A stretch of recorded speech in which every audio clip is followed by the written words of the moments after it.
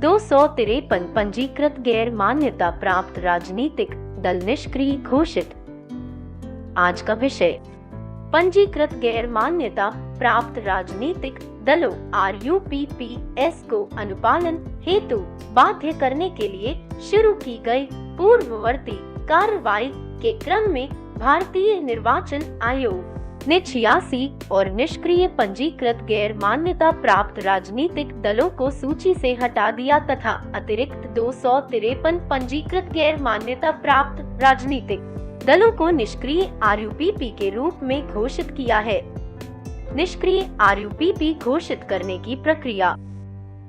लोक प्रतिनिधित्व अधिनियम की धारा 29A के अंतर्गत सांविधिक अपेक्षाओं के अनुसार प्रत्येक दल को अपने नाम, प्रधान कार्यालय, पदाधिकारियों, पते, पैन में किसी भी प्रकार के बदलाव की संसूचना आयोग को बिना किसी विलंब के देनी होती है। अनुपालन न करने वाले राजनीतिक दलों के विरुद्ध यह निर्णय 7 राज्यों बिहार, दिल्ली, कर्नाटक, महाराष्ट्र, तमिलनाडु, तेलंगाना और उत्तर प्रदेश के मुख्य निर्वाचन अधिकारियों से प्राप्त रिपोर्टों के आधार पर लिया गया है।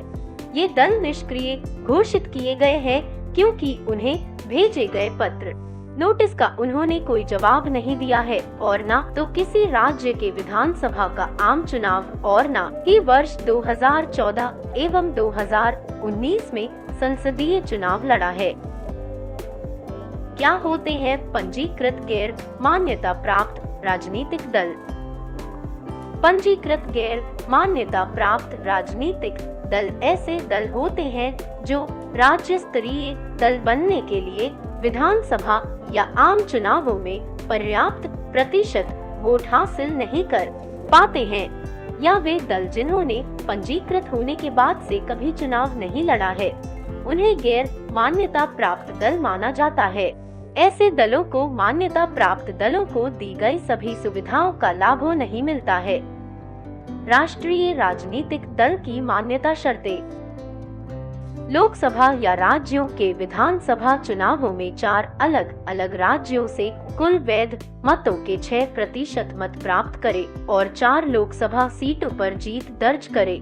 या लोकसभा चुनावों में कुल सीटों का 2% यानी 11 सीटों पर जीत हासिल करे और ये सीटें कम से कम 3 अलग अलग राज्यों से हो, या यदि कोई दल 4 या इससे अधिक राज्यों में राज्य स्तरीय दल के रूप में मान्यता प्राप्त हो। राज्य स्तरीय राजनीतिक दल की मान्यता शर्तें। यदि वह राज्य की विधानसभा के आम चुनाव में डाले गए वैध मतों का 6% प्राप्त करता है और राज्य की विधानसभा में 2 सीटें जीतता है, या यदि वह राज्य से लोकसभा चुनाव में राज्य में डाले गए वैध वोटों का 6% हासिल करता है और राज्य से लोकसभा में 1 सीट जीतता है, या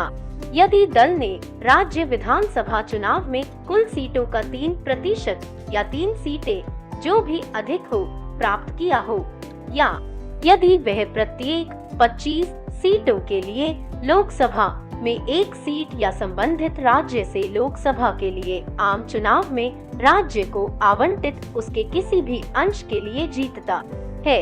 या यदि यह राज्य या राज्य की विधानसभा से लोकसभा के आम चुनाव में राज्य में डाले गए कुल वैध वोटों का 8% प्राप्त करता है। इस वीडियो के बारे में अपने सुझाव और फीडबैक कमेंट सेक्शन में देना न भूलें। वीडियो को लाइक, शेयर और सब्सक्राइब जरूर करें।